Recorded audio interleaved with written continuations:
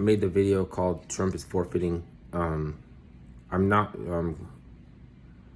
completely faithful to that view because I know a little bit something more. There is so the origin of that immunity, across the board immunity for police, there is this evangelist group of Republicans that sort of courts the president, and the president kind of courts them, but he's also trying to distance himself from them because this like Project 2025 stuff, and like he actually turned them down, and they brought it up on their own and presented him with it. Don't lose sight of that. I mean, it's possible that people could surreptitiously say, I want you to propose this to me like it's your idea, but I don't want to go into that first. It's just that they also make him into a religious icon, and he says he's not. It's okay. So he says he's not Catholic or Christian. He says, I'm not Christian.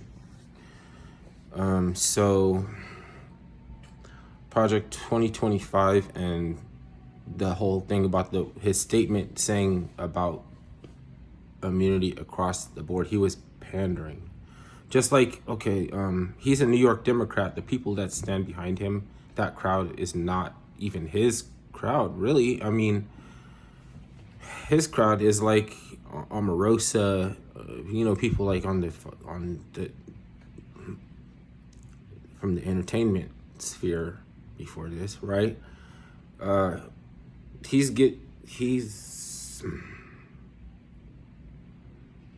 But he tries to disassociate at the same time, and I think it's all of them. It's not just him. I mean, of course not, but I mean, he's definitely not the first or the worst one you gotta worry about, and it's like comes to that, because I heard a clip of Kamala, something she was saying about, what was that? Taking away bail. Yeah, she was like saying something about taking away bail. That's crazy. If you want to talk about hyperbolic, blanket immunity, I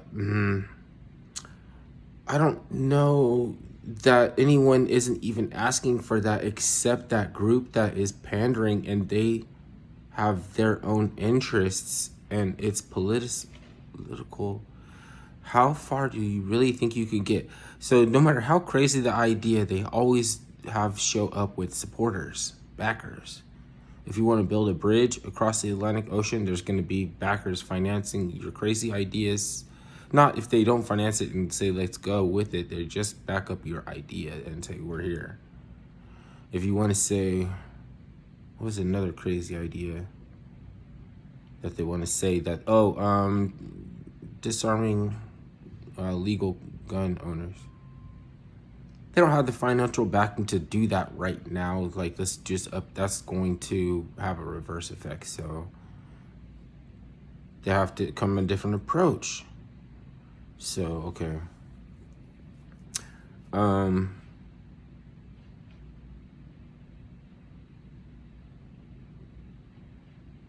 There is some sort of ridiculous kind of litmus test, and I don't know if I want to say it's even a litmus test.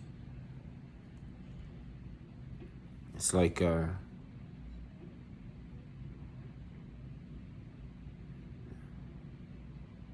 what happens when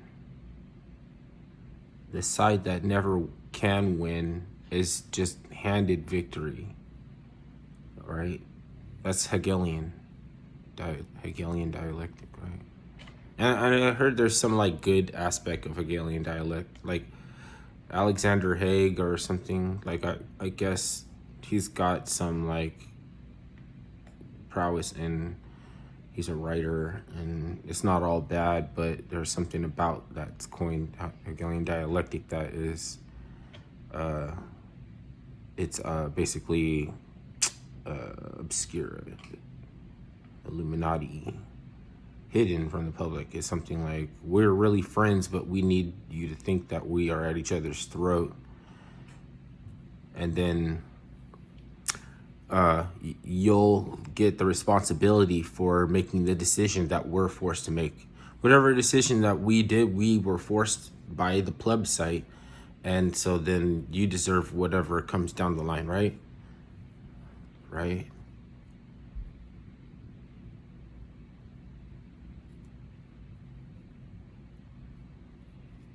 Okay, I'm losing track of this video. Let me go watch it. I pre-watch sometimes. I mean, most times, just to make sure I got the right video, not the 5-second snippet or something before when I fucked up. Okay,